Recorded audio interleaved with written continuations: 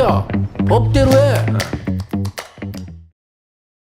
와, 변호사님, 우리 지금 오늘 녹화 때 네. 지금 요 꼬꼬부부 두 번째 하는 건데, 첫 번째 그 꼬꼬부부 사연에서 저희가 고구마 막 100개 먹었잖아요. 그래서 진짜 화가 난다 막 이러고 있었는데, 이 두 번째 꼬꼬부부는 이런 화가 나는 상황에서 좀 복수하시는 분들의 복수의 화신들의 이제 네, 얘기. 복수의 화신들의 네. 이야기죠. 갖고 이제 몇 가지 이제 사례들이 좀 있는데, 이 여자분이 자기 남편과 바람 피운 그 상대방 불륜 여성한테 복수를 하셨어요. 어떻게 복수하셨다고 하죠? 한 여성이 자기 남편과 바람 피운 여성한테, 그러니까 상간녀죠. 네네. 상간녀한테 이제 복수를 한 것이 한 내용이 네. 이 SNS에 막 올라왔나 봐요. 네네. 그래서 이제 제목으로 한 커뮤니티 게시물로 올라왔는데 커뮤니티 게시물의 제목이 예. 불륜을 하면 안 되는 이유라는 음. 제목이었어요. 네네.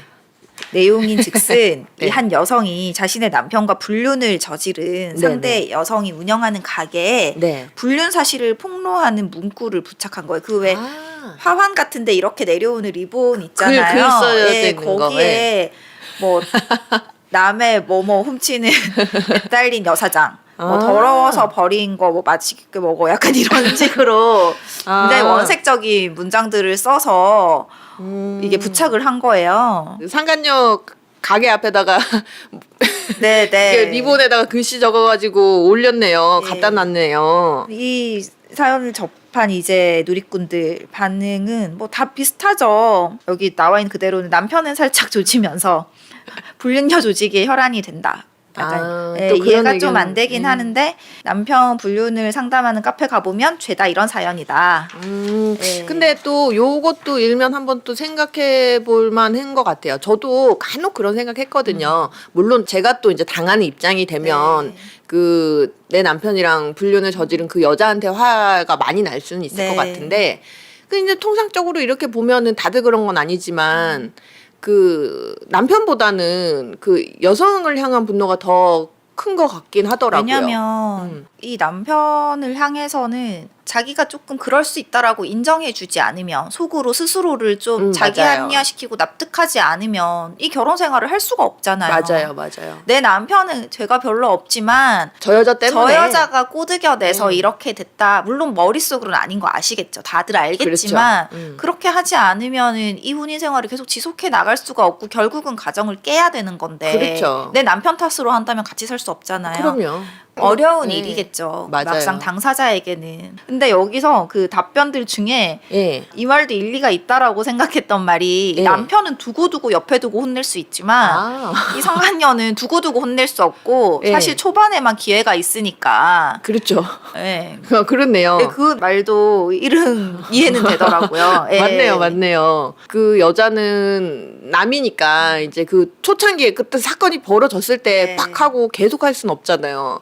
근데 남편은 이제 두고두고 할 수 있죠. 사실 요즘은 이런 케이스들이 이 정도로 많아서 보통 분들이면 내가 단톡방에 이런 걸 올린다든지 사람들이 볼 수 있는 곳에 뭔가를 한다든지 SNS에 올린다든지 이런 것들 명예훼손 해당한다는 사실 대부분의 거의. 분들이 거의 다 알고 계세요. 맞아요. 근데도 네. 예를 들어서 이거 같이 뭐 리본 부착하고 이런 거는 사실 형법상은 규정된 일반 명예훼손에 해당될 것 같거든요. 네네. 그리고 뭐 사실 적시 같은 경우는 최고 500만 원 벌금. 벌금이에요. 그러니까 뭐 500만 원 정도 내고 내고 그리고 하겠다. 사실 500만 원까지도 안 가는 경우가 많거든요. 그렇죠. 네, 예. 초범이고 뭐 이러면 그런 거 다 참작이 되기 때문에 내가 한번 한 그렇죠. 2, 300만 원 내도 네 얼굴에 하겠다. 먹칠해 줄 거야. 약간 요런 마음으로 뭐 감수하시고 불사하겠다는 입장 또 되게 많아요. 있으시죠. 그래갖고 네네. 고 변호사님 말씀하신 거랑 관련해서 어느 한 누리꾼이 남긴 글이 딱 이걸 너무 잘 설명을 해주는 게 나온 대로 읽어드릴게요. 벌금 좀 물고 상간녀 평판 이런 표현 좀 그렇지만 조지는 게 훨씬 정신 건강에 좋기 때문에 보통은 명예훼손 고소 들어오는 거 감안하고 저렇게들 하더라. 네. 어차피 이판사판인데 뭐 벌금쯤이야.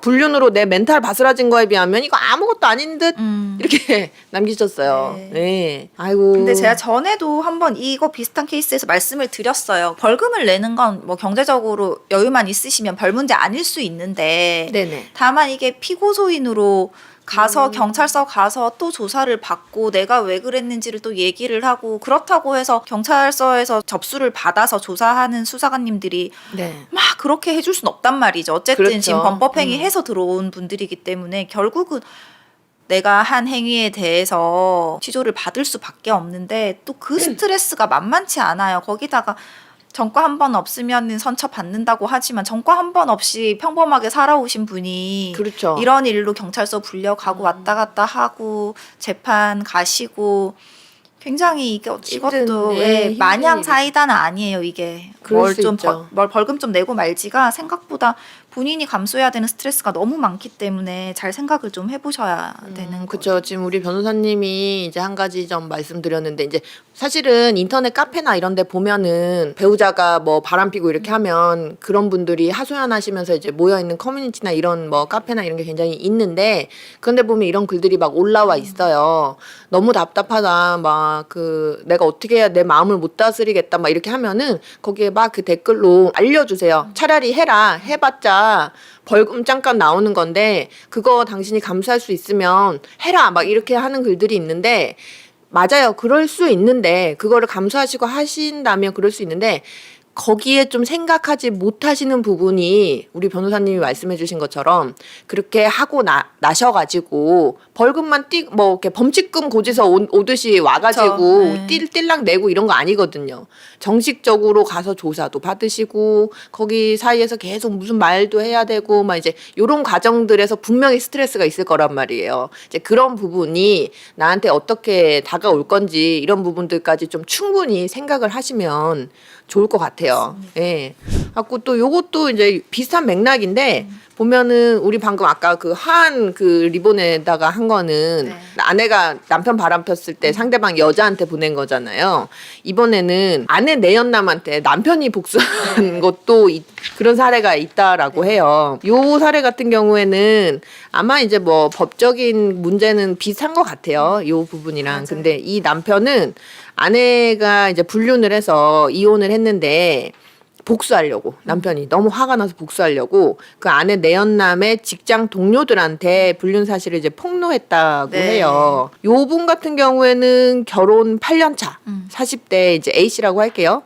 이분이 2020년에 아내가 새로 들어간 직장에서 직장 상사랑 부정행위를 한다라는 사실을 이제 알게 됐대요. 근데 2009년도에 한번 회사를 옮겼었던 거래요. 2019년. 예, 2019년에. 그러니까 이제 이 남편이 이제 어떻게 이 사실을 아셨나 보죠. 그래갖고 이제 두 남녀를 대상으로 막 추궁을 해가지고 사실을 확인을 하셨대요. 우리 사실은 수개월 동안 오랫동안 만나고 있었다 이렇게.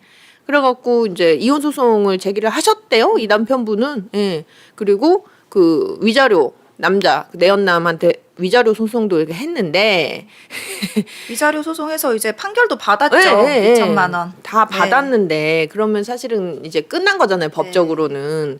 근데 이제 여기서 못 멈춘 거예요. 이 남편이. 상간남한테 내가 망신을 주고야 말 거야.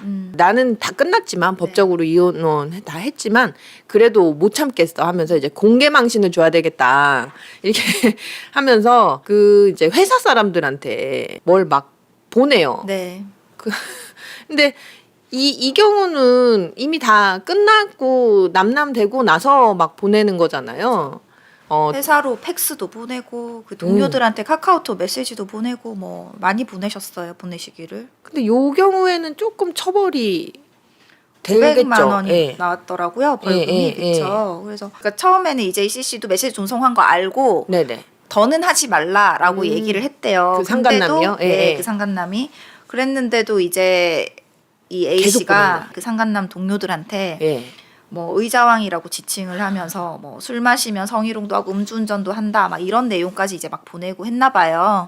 그러니까 이제 못 그러네요. 참고 명예훼손으로 이제 고소를 한 거죠. 음. 그랬더니 또 여기서 네. 가정 파탄범이 손해배상을 냈다. 업계 의자왕 나셨다라는 조롱성 메시지를 또 직장 동료들한테 보낸 거예요. 이거는 이제 계속 거의 네. 자존심 싸움이네. 거의 끝까지 가보자. 약간 이런 그쵸. 느낌이네요. 그리고 예. 이분이야말로 명예훼손 고소는 불사하겠다라는 의지가 확고한 분인 것 같아요. 그렇네요. 여튼 뭐 그렇게 돼서 명예훼손 인정이 됐고 네네.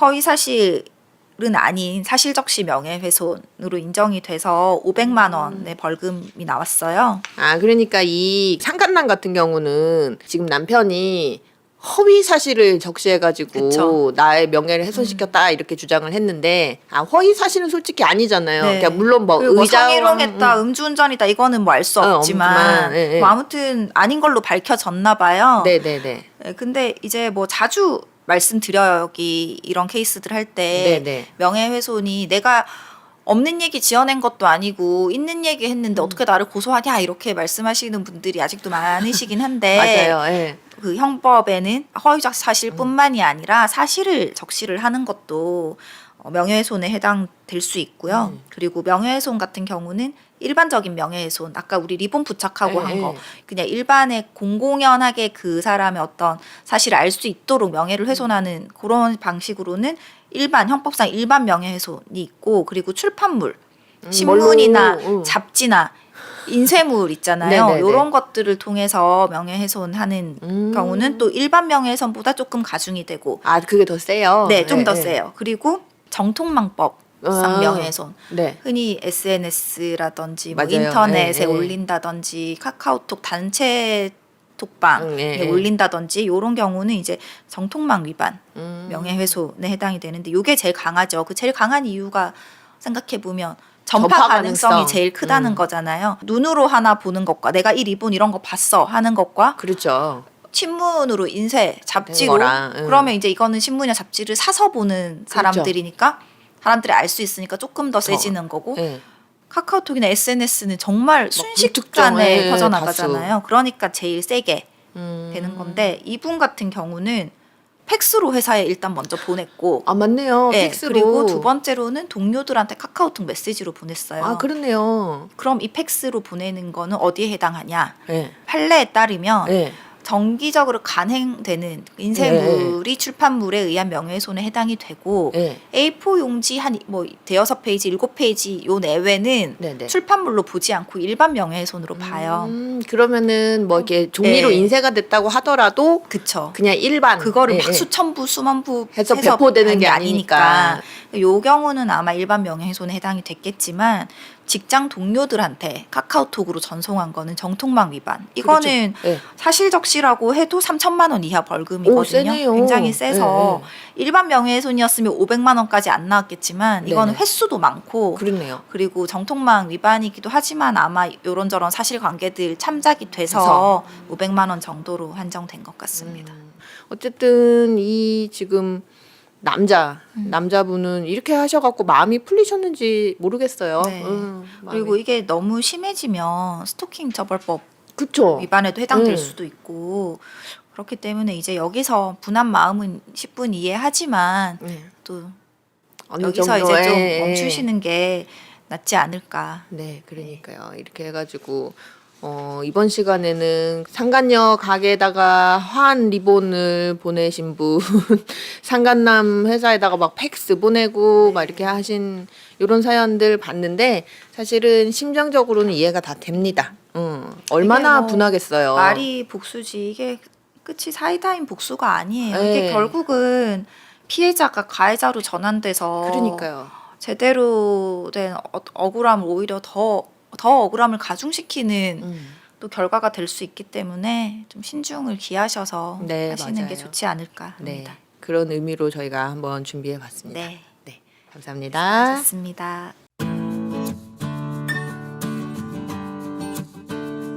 선생님, 오늘의 꼬꼬 부분은 한 번쯤은 궁금하시는 부분들이기도 할 것 같은데 나의 사적인 사생활을 과거를 어디까지 상대방한테 결혼을 이제 뭐 앞두거나 혹은 결혼을 한 사람한테 알려야 될까? 뭐 우리 그냥 쉽게 좀 생각해 보면 예를 들어서 내가 과거에 결혼했다가 이혼을 한 번 했다. 혹은 내가 미스같이 보이지만 사실은 애가 있다. 뭐 이런 것 정도는 그 정도는 말해야 되지 않나? 그쵸. 뭐 이렇게 쉽게들 한번 다들 생각을 해보실 텐데 그것 말고 뭐 그래도 어찌됐든 간에 과거와 관련된 거를 어디까지 알려야 되고 맞아요. 안 알렸을 때 무슨 어떤 책임이나 뭐 그런 게 있을까? 네.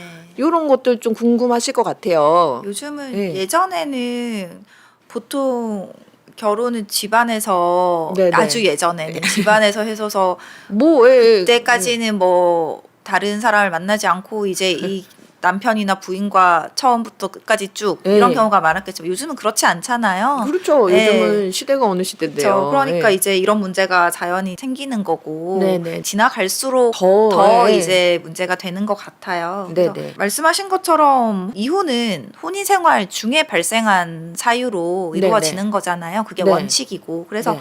딱 박사님 말씀하신 것처럼 뭐 내 결혼 여부, 네. 출산 여부 이런 거는 고지 의무가 있는데 그런 경우는 왜 있냐면 네. 내가 이 결혼을 할지 말지를 결정하는데 중요한 기준이 될 수 있기 때문에 그런 부분은 고지를 해야 되고 만약에 고지하지 않았으면 취소 사유가 될 수 있죠. 근데 그 외의 부분들 있잖아요. 결혼 전에 내가 뭐 연애를 몇 번 했고 그러니까요. 뭐 얼마나 깊은 사이였고 네. 이런 것들은 사실 고지 의무는 없어요. 네. 그래서 이런 거를 조금 일단 먼저 숙지를 네, 하시고 하시고, 요 사연을 한번 들어보시면 어떨까 싶어요. 그렇죠. 이 이제 타이틀이 이래요. 결혼 2달 전 다른 남자 아이를 낙태한 아내 이혼 사유 되나요? 이렇게 이제 이게 타이틀인데 지금 요 사연 보면은 근데 늦게 알으셨나 봐요. 결혼 7년 차. 결혼 7년 차에 이제 그 혼인 생활을 하는 남편분이신 것 같죠? 남편분이 이제 이런 고민을 털어놨나 봐요. 그 어떤 사연이었대요? 이 남편분이 처음에 이제 아내한테서 첫눈에 반해서 한 1년 정도 네. 연애 기간을 가진 후에 네. 30대 초반에 결혼을 하셨고 현재는 그 어린 딸아이까지 아이까지 있다고 하십니다. 근데 네네. 그 이 A 씨가 네. 아내의 과거를 알게 된 거는 네. 이 아내의 친구가 네. A 씨의 친구랑 또 결혼을 했나 봐요. 그러니까 아내의 아내 친구가 친구, 남편 남친구랑 친구랑 이제 결혼을 한 거예요. 거죠. 그래서 아내의 친구가 네. 자기 남편한테 그러니까 네네. 이 A 씨의 친구한테 그렇죠. 네. 사실 걔 당신 친구 말고 딴 남자 계속 사귀고 있었고 임신까지 했었기 때문에 내가 네. 당신 친구랑 결혼할지 몰랐어. 아이고. 이렇게 그 A 씨 친구한테 얘기를 하는 거예요. 그래서 이제 이 A 씨는 자기의 친구를 통해서 네. 한 달이 걸친 거죠. 그렇죠. 걸쳐 들은 거죠. 네. 자기 아내가 결혼 전에 양다리였을 뿐만 아니라 심지어 자신과 결혼을 코앞에 두 달 전이면 정말 막 제일 정신없을 때 그렇죠. 아닌가요? 결혼 네. 준비도 거의 막바지 아닌가요? 네. 그쵸? 그렇죠. 막바지죠. 네. 그래서 그때 돼서야 이제 낙태까지 했다는 사실을 안 거예요. 결혼 2달 전에 낙태했다는 사실을 다른 남자와 네. 중절 수술을 했다는 사실을 뒤늦게 알게 돼서 네. 말씀하신 것처럼 결혼을 7년 혼인 생활이 7년 차고 네. 아이까지 있는 상황에서 뒤늦게 너무 알게 되시네요. 충격적이었을 거잖아요. 네, 네. 그 이제 이 얘기를 하니까 자신의 아내는 전혀 사실이 아니다라고 하면서 이 거짓말한 친구 부부를 고소할 거다라고 불같이 화를 냈대요. 네, 그래서 네, 네. 설령 이 중절 사실이 네. 거짓말이라고 하더라도 양다리를 걸친 거는 이제 확실하다. 남편 입장에서. 네, 남편 예, 입장에서 이 배우자의 지저분한 과거가 이혼 사유가 될 수 있냐라는 이제 질문을 한 거예요. 그러니까 이제 그거네요. 남편이 친구한테 너무 충격적인 얘기를 막 전해 들은 거예요. 야, 사실은 우리 와이프가 그러던데 네 와이프 너 양다리였대. 네. 그 중절 수술까지 했대. 너랑 결혼한 거 준비하면서 이렇게 된 거죠. 네네. 그랬더니 이제 이 지금 사연자분 아내가 무슨 소리냐고 지금 그 부부 미친 거 아니냐고 가만 안 둬. 네. 이렇게 한 거고 남편은 가만 안 두긴 뭘 가만 안 둬. 그리고 이거는 이게 맞는 것 같은데. 한것 아닌 했든 안 했든 너의 과거가 지저분한 건 사실이다. 그렇게 이제 생각을 이런 하시는 거죠. 양다리 걸쳤었잖아. 나 만나고 있는 동안 이제 이런 건데 답답하네요. 사실 이 과거의 중절 여부가 상대방에게 고지할 의무냐에 대한 논의들이 있긴 네네. 있지만 아까 말씀드렸다시피 혼인이나 출산의 경우는 고지 의무가 맞아요. 네. 결혼을 할지 말지를 결정하는 물론 뭐 들으시는 분 중에서는 나의 경우는 중절 여부도 중요하다. 결정 뭐 그거 중요하다라고 할 수 있지만 판례는 이건 너무 깊은 사생활이기 때문에 이 부분에서까지 어떤 명확한 판단을 내린 판례는 없어요. 아직은 그래요. 없는데 예, 예. 이 부분은 사실 논의가 계속 되고 있는 부분이긴 고지하지 하죠. 않았을 때 이게 이혼 사유가 되느냐, 이 고지 네. 의무가 있느냐에 대한 말들은 좀 있는 부분이기는 해요. 근데 네네네. 판례는 없다라는 게 현재까지 상황인 것이고 네네. 결혼 여부와 관련해서도 하나 말씀을 드리자면 이제 네. 사실혼 사실을 숨긴 경우 있잖아요. 아 법적으로 부분 아닌데 거의 혼인 신고는 안 부부처럼, 했는데 예, 생활하고 그리고 요새 그런 거 많잖아요. 식은 맞아요. 올려도 그런 경우들 예, 뭐 맞아요. 혼인 신고는 아직 하지 않은 네.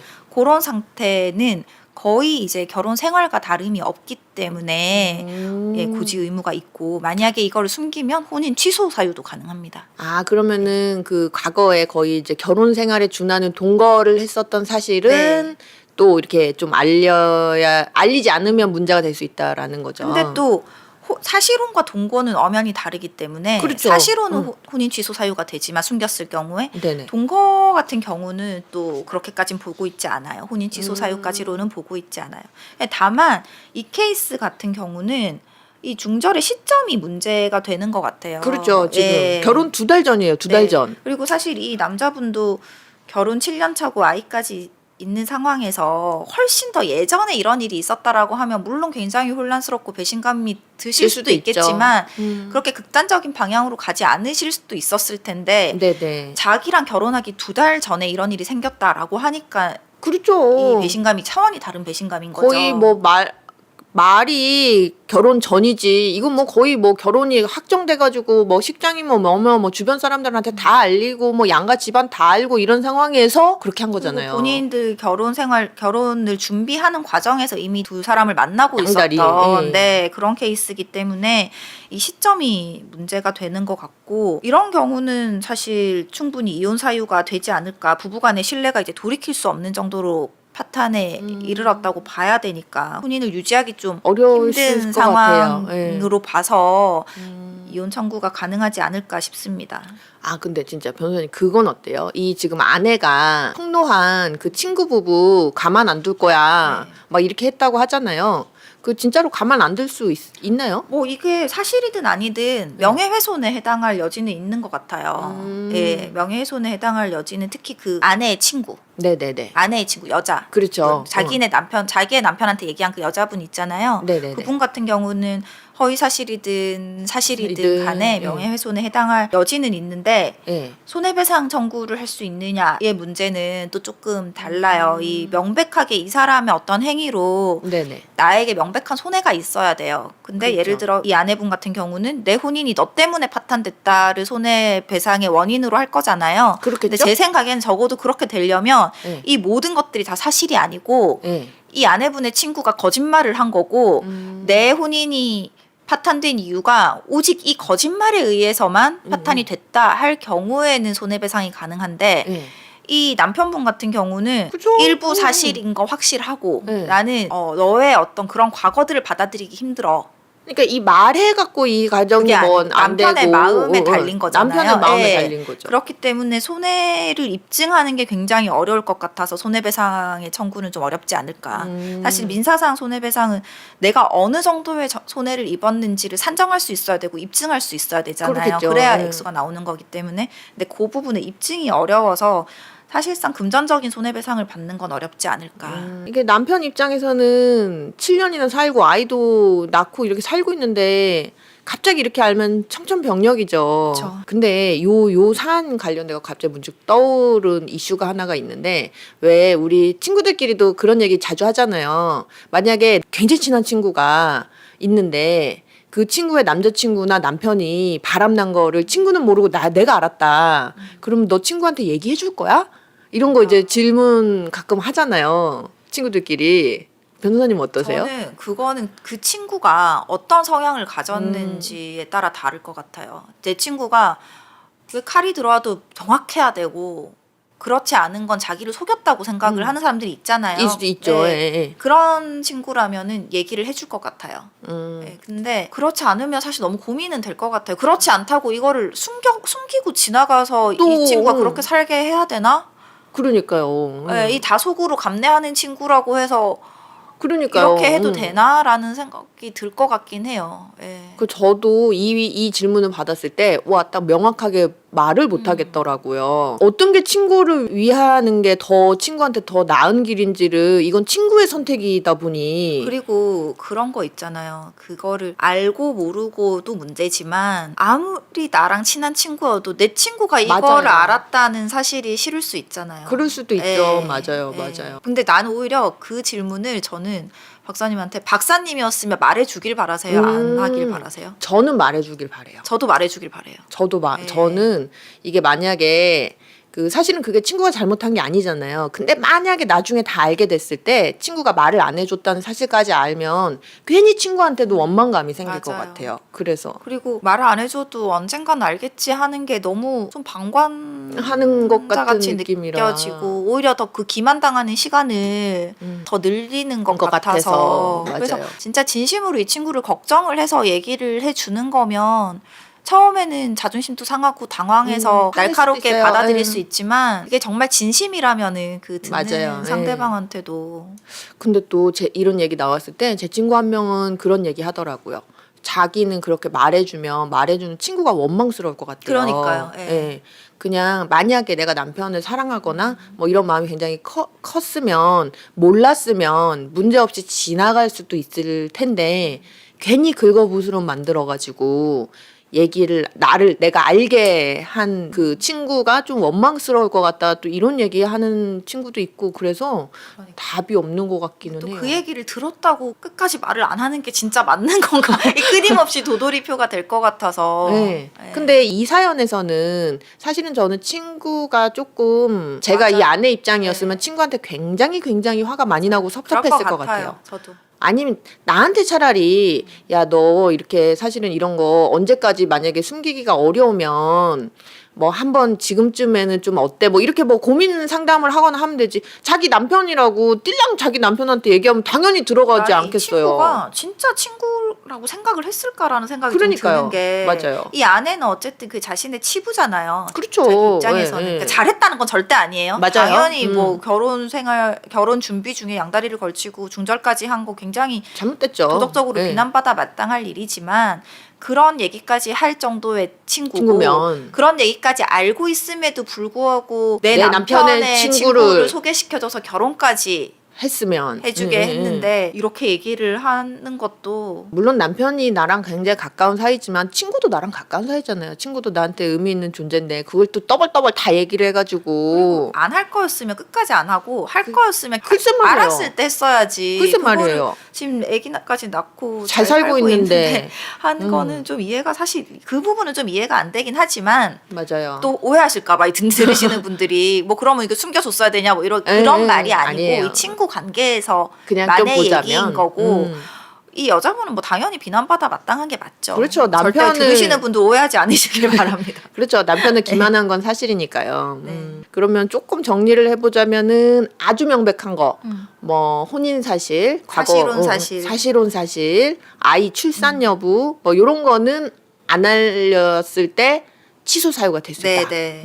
그리고 이것 같은 케이스는 굉장히 중대한 혼인을 유지하기 힘든 중대한 사항이잖아요. 그러니까 이혼이 혼인 중에 발생한 사유를 원칙으로 함에도 불구하고 사유가. 예외적으로 혼인 이전에 일어난 사유, 이 혼인 이전에 네. 중절을 했으니까 네. 이전에 일어난 사유로 또, 이혼이 가능할 것 같다라는 게 그럴 제 수 있다. 네. 이렇게 좀 정리를 해볼게요. 네. 네, 고생하셨습니다. 수고하셨습니다.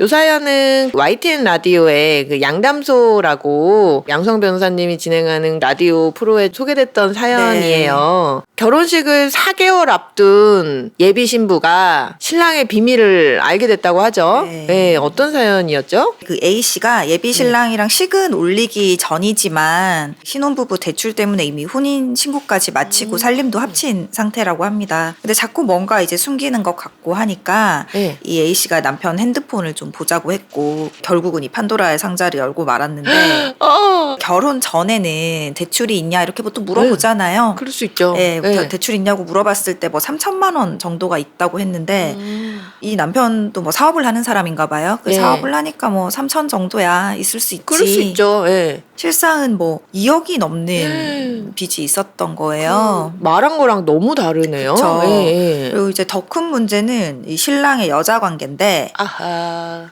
근데 이제 2명의 또 여자와 대화를 한 흔적을 발견을 했는데 이거 어떻게 해요, 변호사님? 그 내용이 그냥 뭐 연락만 한 것도 아니고 예. 오랜 시간을 만나서 뭐 그런 관계만 하는 엔조이, 쉽게 말해서 엔조이? 예, 그런 관계를 하는 두 사람이었고 예. 심지어 한 명은 또 유부녀였대요. 아니 무슨 갈수록 첩첩상중. 그러니까요. 진짜 진짜. 판도라의 아우. 산자라는 말이 딱 맞죠. 예. 그러니까 살기만 하고 계신 거네요. 아직 혼인신고를 혼인신고하고. 하고. 네, 결혼식만 안 올린 상태죠. 식만 안 올린 네, 거예요. 부부죠, 부부. 근데 그 부부네요. 네. 법적으로 부부네요. 그쵸. 근데 이제 여자분이 몰랐던 거 아니에요. 몰랐죠. 빚도 2억이나 있는데 3천만 원 정도 3천만 원 있다. 있다 그러고. 그리고 몰랐는데 여자도 네, 뭐 이게 정식으로 사귀는 여잔지 네. 아니면 뭐 어떤 뭐 그런 식으로 만나는 파트너 관계 여잔지는 뭐 알 수 없지만 어쨌든 뭐 굉장히 큰 문제가 될 수 있잖아요. 그리고 한 명은 또 심지어 유부녀? 그쵸. 이런. 대체 이게 어떻게 된 거냐 했더니 네. 남편이 다 예전 일이고 빚도 다 갚을 수 있다 이렇게 막 변명을 늘어놨대요. 뭐 그렇게 근데 얘기하겠죠. A 씨가 봤을 때는 네. 남편이 그 전날까지도 얘기하기 전날까지도 예. 상대 여자랑 메신저를 주고받고 이랬던 정황을 봤대요. 아 그럼 옛날 일이 아니잖아요. 아니죠. 최근 일인 거죠. 나랑 그 혼인신고하고 살면서도 네네. 계속 그 여자랑 이렇게 그쵸. 연락하고 뭐 만났을지 어떻게 했을지도 모르는 거죠. 일이잖아요. 네. 혼인 신고는 네. 했지만 아직 결혼식은 안 올린 상태인데 이거 혼인 무효가 가능하냐 이 남자랑 정리하고 싶다 이제 이렇게 사연을 올렸다고 합니다. 그런 경우들이 꽤 종종 있는 것 같아요. 이제 결혼식은 예를 들어서 이제 몇 달 후로 잡아놨는데 요즘은 집값이 너무 비싸잖아요. 이제 그러다 보니까 집을 마련을 할 때 신혼부부 뭐 대출 뭐 이런 것들이 상품들이 네. 있으니까 그렇게 되려 그러면 좀 미리 우리가 혼인 신고부터 먼저 하자 이렇게 해갖고 이제 법적으로 부부가 되면은 뭐 신혼부부 대출이라든지 청약이라든지 이런 거 할 수 있으니까 많이들 그렇게들 하는 경우들이 많던데 네. 그러면은 사실 그냥 법적으로만 이렇게 딱 살펴보면 그냥 부부잖아요. 결혼식을 뭐 올렸든 안 올렸든. 부부죠. 네. 근데 당사자의 입장에서 좀 생각을 해보면 아직 내가 이제 정식으로 딱 결혼이다. 우리는 딱 결혼한 사이다. 이렇게 마음 먹기 전에 어쩔 수 없이 뭐 이제 본인들이 이제 사정이 있어서 이렇게 했으니까 이거 지금 물를 수 있지 않나?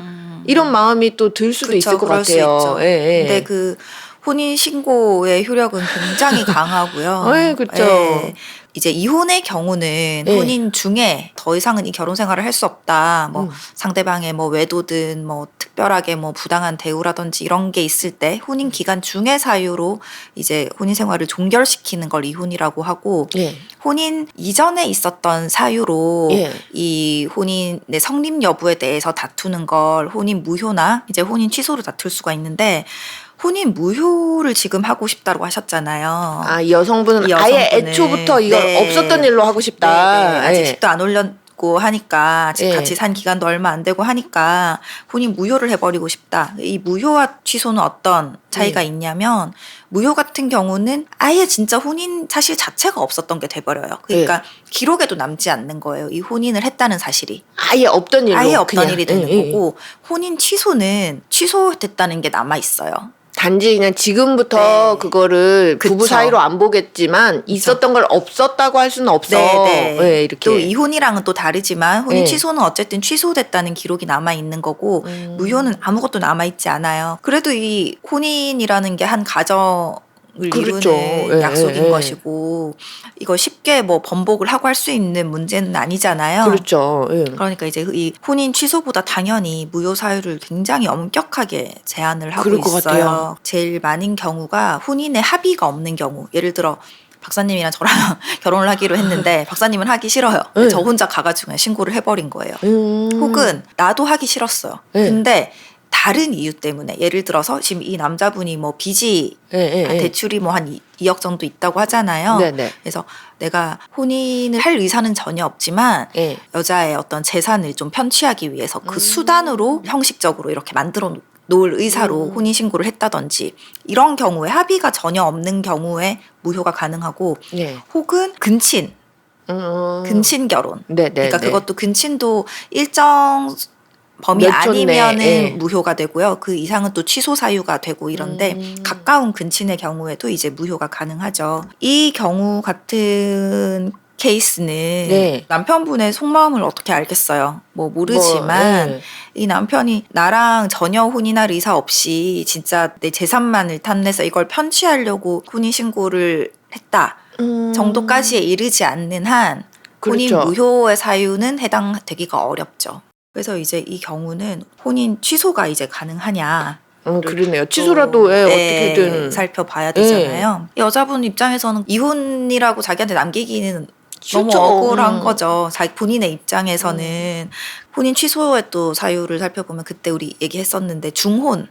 그러니까 내가 결혼돼 이쪽, 있는 저쪽. 상태에서 예, 예, 예. 또 결혼을 한 사실 우리가 생각할 때는 거의 무효라고 봐야 될 정도 아닌가? 하지만 그래도, 사실 예. 무효는 정말 아까 얘기했듯이 엄격한 걸 두고 있기 때문에 이 중혼도 취소 사유고요. 네. 그 다음에 혼인 연령의 하자가 있는 거 있잖아요. 법정 대리인이나 후견인 나이. 동의 없이 미성년자랑 예, 결혼을 예. 하거나 예. 아니면 혼인 당시에 당사자 일방한테 의 혼인을 할 수 없을 정도로 굉장히 중대한 어떤 악질적인 사유가 예. 있었는데 그걸 이제 숨기고 결혼을 안 했다거나 하려구나. 예. 예. 혹은 이거랑 비슷한 맥락이긴 하지만 사기, 강박에 의해서 뭐 사기 결혼이야 이런 말 많이 하잖아요. 그렇죠, 그렇죠. 네, 그런 경우에 이제 혼인 취소가 가능할 것이고 물론 여기서도 혼인 취소 같은 경우는 입증이 굉장히 중요해요. 이혼도 그렇죠. 다 입증이 입증이죠. 중요한데 예. 그 취소를 한다는 게 법률 행위를 이 케이스 같은 경우는 그럼 어떻게 되냐? 이게 그러니까요. 외도를 한 건 둘째치고 외도는 일단, 다른 예, 문제인 예, 거고 일단 재산 부분을 속인 거, 부채 부분을 속인 거에 대해서는 어떻게 되냐? 예. 부채는 이 혼인과 굉장히 밀접한 그렇죠. 관계가 있잖아요. 예, 예. 그 앞으로 가정 생활을 가게. 어떻게 꾸려 나갈지 뭐 이런 것들이 굉장히 중요한 거고 또 부채니까 심지어 그렇죠. 네, 뭐 재산이 예, 예. 있냐 없냐 얼마가 있냐 이런 걸 떠나서 빚이 얼마가 있냐는 그렇죠. 또 다른 문제니까 예. 이 부분을 액수를 몇 배씩 속였다라고 하면 물론 당연히 사기에 해당돼서 취소의 여지도 있죠. 근데 이제 요게 인정이 돼서 취소까지 하려고 하면 예. 단순히 3천인데 2억으로 속였다로는 부족하고 예. 내가 예. 이 사람의 부채가 어느 수준 이상이면 분명히 결혼하지 않았을 텐데 나한테 그런 상황이 객관적으로 있었는데 이런 부분들을 입증을 해야 되는 거예요. 와, 근데 조금 어렵죠. 예, 쉽지 않을 것 쉽지 같은데. 않아요. 혼인 취소가 무효보다 조금 용이하다는 거지 결코 쉽지 않죠. 사기라고 하면 이게 민법에도 사기, 강박, 법률 행위가 있지만 사기라고 하면 일단은 형법상의 개념이잖아요. 그래서 이 형법에서 사기라고 하면 기망이 있어야 되는데 속여야 돼. 예, 좀 막 적극적으로. 예, 어느 정도 이게 인정이 되려면 적극성이 좀 있어야 되는 거예요. 혼인 취소에 이르는 사기는 생각보다 받아들여지기가 어렵기 때문에 그럴 것 조금 같아요. 더 적극적인 정황이 뭔가가. 있어야 되는 것 같아요. 아이고 여성분이 조금 갑갑하시겠어요. 그쵸. 예. 이 파탄의 원인도 어쨌든 혼인을 지속할 수 없게 만든 게 남편의 거짓말이잖아요. 그렇죠. 예, 그러니까 요 재산 부분만 놓고 봤을 때. 예. 그러니까 이 부분에 대해서도 이제 위자료 청구가 가능할 것 같고요. 그리고 네네. 뭐 재산 분할은 뭐 딱히 할 게 없겠죠. 재산 분할은 이 혼인 기간이 짧을 짧으니까, 것이고 예. 보통 혼인 기간이 뭐 몇 년 이상 되는데 혼인 기간 중에 일방이 뭐 부채가 생겼다 이러면은 이 부채도 내 가정을 유지하기 위해서 빌린 돈으로 네, 네. 돼서 재산 분할할 때 이것도 나눠야 돼요. 보통은. 빚도 나눠야 돼요. 네, 기여도 예. 대로. 근데 이 케이스 같은 경우는 뭐 혼인 기간이 거의 없다시피 했잖아요. 굉장히 짧았잖아요. 신고하고 식 잡아놓은 상태에서 고 예. 임세니까. 그래서 이 부채를 같이 뭐 아내분이 혼인 신고를 했다는 이유만으로 같이 갚아야 될 것 같지는 않습니다. 그리고 다, 이 예. 부채는 뭐 결혼 전에 이뭐 그쵸, 그쵸. 남편이 예. 생긴 빚인데 아내한테 가면 너무 그쵸. 억울하죠. 또 보면 혼인 신고하고 나서도 부정행위를 했다면 그 자체로 남편한테 위자료 청구를 할 수 있고요. 당연히. 네네네네. 그리고 이 상대방 여성도 만약에 이 남자가 혼인 신고를 해서 배우자가 있는 사실을 알았으면서도 부정한 행위를 한 상대방이라면 이 상대방에 대해서도 상간자 소송도 또 가능하죠. 유부남이라는 거 알고서 네, 만약 네. 여자들이 만났다면 빚은 2억에다가 여자는 또 한 명도 아니고 심지어 2명 거기다가 한 명은 유부녀 이러니 정말 마음 같아서는 정말 이 결혼은 없던 결혼이다 이렇게 하고 맞아요. 싶으시죠. 뭐 여러 가지 이유로 뭐 이렇게 혼인신고 먼저 이렇게 하시는 분들이 많은데 문득 그런 생각을 해봤어요. 요런 케이스처럼 혼인신고를 이제 하고 이게 뭔가 좀 확정기가 될 때까지 한 유예 기간처럼 한 어느 정도 시간을 좀 주면 제도적으로 어떨까? 예를 들면 뭐 3개월 이렇게 혼인 신고를 했어요. 어떤 사유로든. 근데 그 사이에 무슨 일이 생길 수도 있잖아요. 혼인 숙려 기간이네요. 그런 거 숙려 기간처럼 뭐 3개월 3개월 뭐 6개월 6개월 이렇게 해가지고 너무 길면 안 되겠죠. 한 달이면 한 달 이렇게 해가지고 그 사이에 정말로 내가 이 혼인 신고한 게 정말로 그러하다. 물론 본인의 선택이죠. 혼인신고라는 게 법적인 어떤 그 관계를 맺는 거니까. 그 성인이면은 그런 판단을 잘 숙고를 해가지고 이렇게 딱 결정을 내려야 되는 건 맞지만, 근데 정말 나도 모르게 이런 일들이 그쵸. 생기는 경우들이 너무 많으니까. 근데 뭐 이렇게 속이고 결혼까지 하기로 마음 먹은 사람이 그 뭐 3개월, 6개월 더 속이는 게 또 일일까 하긴 싶은 생각도 그것도 또 그래요. 그래요. 이게 너무 이렇게 안타까운 사람들이 많이 맞아요. 있으니까 여자분 입장에서는 이게 뭔 일이에요, 이게. 맞아요. 마음 같아서는 무효하고 싶지만 그러게요. 법적으로는 무효는 좀 어렵겠고 취소도 근데 생각보다 취소도 쉽지 어려워요. 않네요. 예, 예. 진짜 어려워요. 취소도. 그러니까 법률 행위를 잘 없어요. 취소되는 경우가 생각보다 그렇게 뭐 그래서 이참에 이제 이런 경우들을 이제 좀 많이 접해 보시면서 이제 혼인 신고라는 게 그냥 그렇게 좀 생각보다 쉽게 그렇게 결정해서는 안 되는 일이다라는 거를 한 번 더 좀 생각을 해보시고 정말로 심사숙고하셔가지고 이렇게 좀 피해보거나 안 좋은 결과가 발생되는 일이 없도록 네. 신중하게 이렇게 좀 결정을 잘 하셨으면 좋겠습니다. 맞습니다. 아유, 좀 모쪼록 이 여자분은 잘 해결이 됐으면 좋겠네요. 그러게요. 잘 해결이 돼도 이게 잘인지는 모르겠지만 그렇죠. 네. 근데 마음의 상처는 이미 받은 거 아니에요. 아유, 네. 알겠습니다. 꼬꼬부부하면 늘 답답해요. 맞아요. 수고하셨습니다. 수고하셨습니다. 네.